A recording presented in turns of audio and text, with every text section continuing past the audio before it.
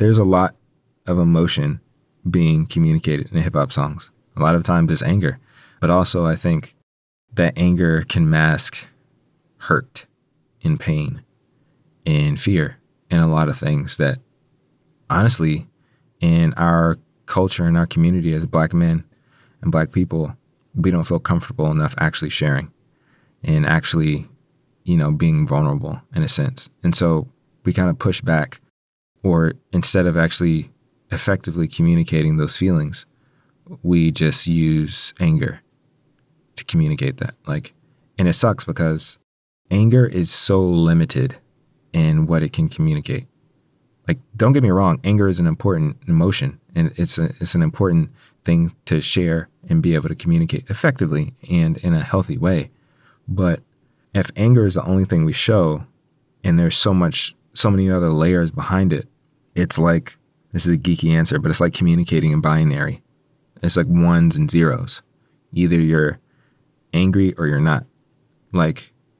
That is limited of the human experience. And I know even in my relationship, my marriage, my wife, who is more effective at communicating and understanding things and processing things, it can be trying and tiring for her if I'm not effectively communicating things, if I'm only giving her ones and zeros, women want more. Women want more than just this or that. There's so many intricacies, there's a joke sometimes with my wife and I, we're at Target, because that's where she loves to go. We're at Target and she's looking at clothes and she's asking for my opinion. And say she's held up a shirt or a dress or something like that. And she's like, what do you think about this shirt, this piece of clothing? And I can be like, oh yeah, that's a nice red dress. But for her, she might pick, a specific shade of red. But in my mind, it's just red, and there's so many aspects of us that are different in that. But my point is, if we only focus on anger and we actually don't do the work to get to the intricacies of that, it's limited. And that even adds to, that's not an effective release valve.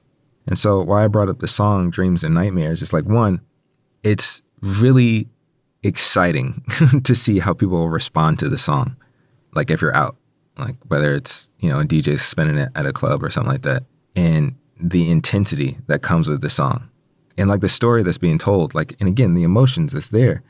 And one of the lines that's in it is near the end of the song that my wife pointed out to me one time, is near the end, but he says, the little, it's more than a couplet, I think, but the part of the verse is, the same nigga that came up and I had to wait for my spot, and these niggas hating on me, hoes waiting on me, still in that hood shit, my Rolls Royce on E, they gonna remember me. I say remember me.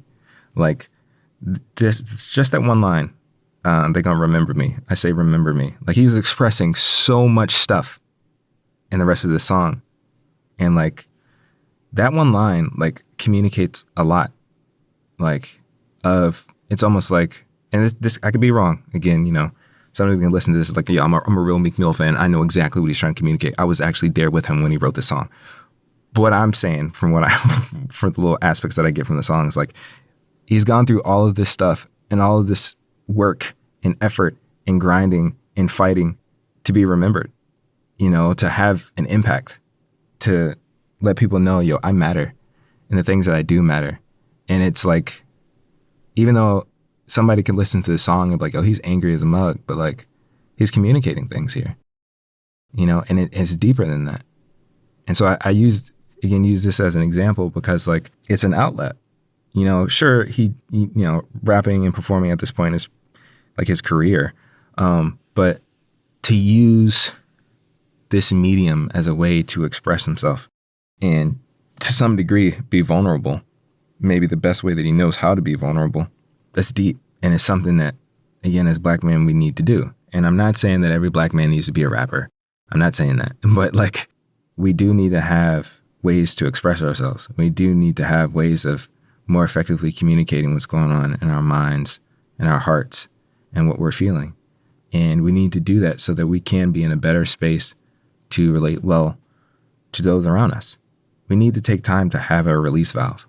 We need to make that an important aspect of our lives. You got to have one.